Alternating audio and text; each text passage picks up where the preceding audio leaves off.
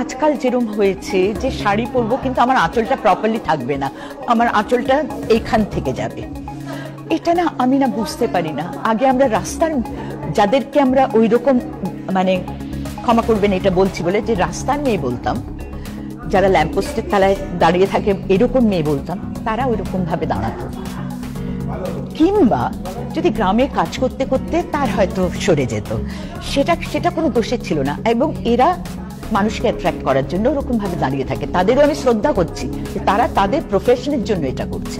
কিন্তু আজকাল যারা বিনা কারণে ওই রকম ভাবে শাড়ি পরেন এবং তারপরে লোককে কিছু বললে তখন তারা রেগে যান, মেয়েদের নিচু করা হচ্ছে, মেয়েরাই তো মেয়েদের নিচু করছি আমরা, পুরুষ রেসপেক্ট করবে কি করে যদি আমার এইরকম ডিগনিটি আমার যদি না। ইন্ডাস্ট্রির স্বনামধন্য অভিনেত্রী তথা নৃত্যশিল্পী, বরাবর প্রচার বিমুখ, সোশ্যাল মিডিয়ায় কচকচিতে সমানতম রুচিও নেই, দেখা যায় না পেজ 3-র কোনো পার্টিতে।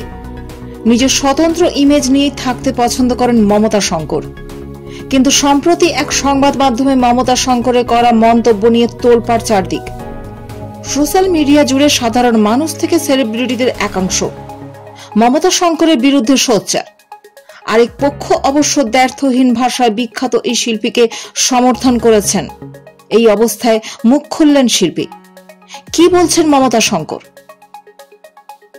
তার সঙ্গে যোগাযোগ করা হলে তিনি বললেন, যা বলেছি ভেবেচিন্তেই বলেছি, বক্তব্য থেকে সরে আসার প্রশ্নই নেই।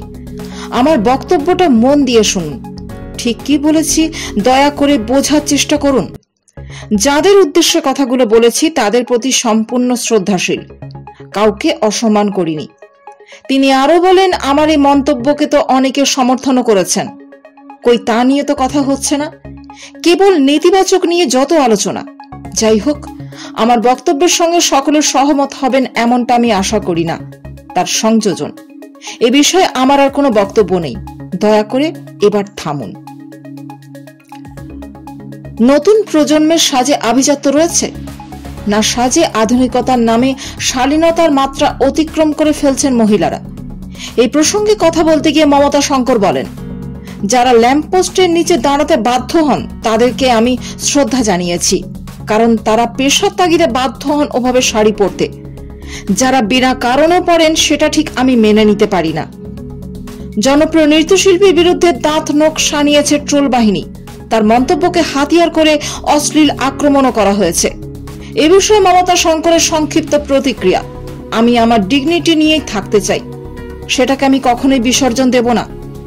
আমি আর এই ব্যাপারে কোনো মন্তব্য করতে নারাজ।